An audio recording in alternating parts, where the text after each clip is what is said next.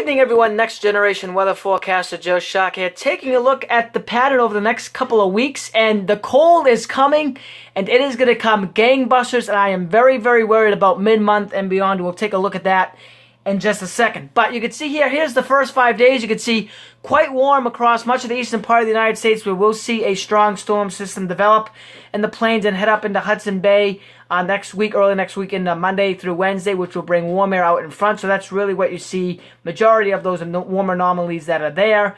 Temperatures will be maybe 10 to 25 degrees above normal early next week in the eastern part of the United States.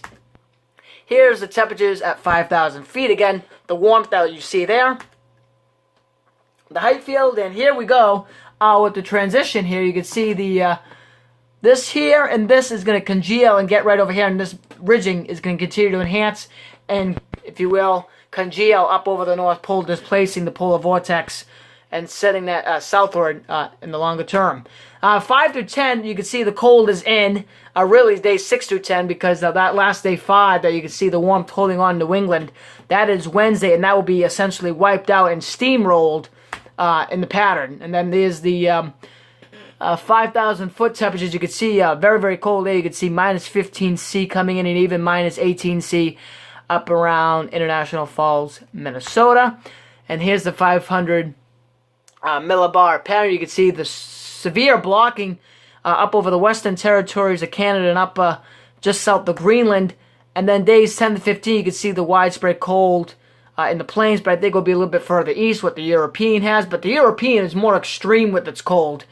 Really, Great Lakes and Northeast, even into the Midwest. But it gives you the idea, very, very cold air coming. And what my threat here is with this kind of cold air is that when we start laying down snowpack, which will come in a couple different ways, shapes, and forms. One of them may be with the front that passes middle of next week in New England that may lay down a couple inches of snow. There will probably be some lake effect snow that comes out of this.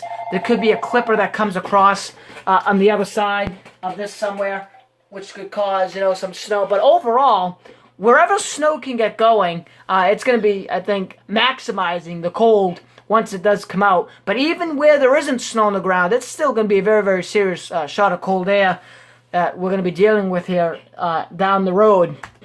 And then here's the 850 millibar temperatures at 10 to 15, even some minus 21 C there. Let me try to zoom in here. You can see minus 21 C getting to the U.S. border in a large area, minus 12 to minus 18 C.